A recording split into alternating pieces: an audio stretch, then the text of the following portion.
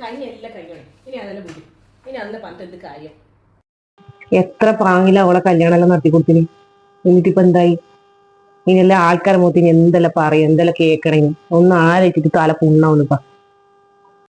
പിന്നെ ഇനി ഓരോന്ന് വന്നിട്ട് ആ കുഞ്ഞിന്റെ മനസ്സ് വേദനിപ്പിക്കാൻ നോക്കണ്ട.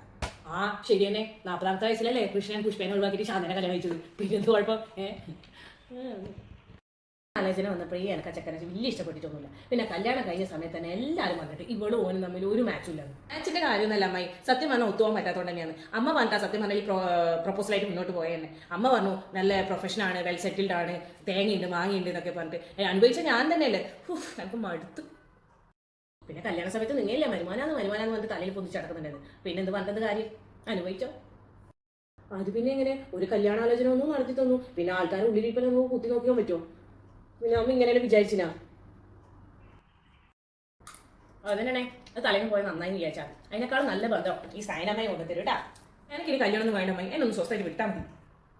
ഇത് നിന്റെ കല്യാണമാണല്ലോ ആദ്യത്തെ ഡിവോഴ്സ് ഈ ലോകത്തെ. ഇപ്പോഴത്തെ ആൾക്കാർ ഇത് കെട്ടുന്ന ഡിവോഴ്സ് ആക്കുന്നത്, കെട്ടുന്ന ഡിവോഴ്സ് ആക്കുന്നത്. ഇതന്നല്ലേ ഇപ്പോഴത്തെ ആൾക്കാരെ പണി. ഇതെല്ലാം സംഭവിച്ചത് നിന്റെ കുറ്റം കൊണ്ടൊന്നുമില്ല.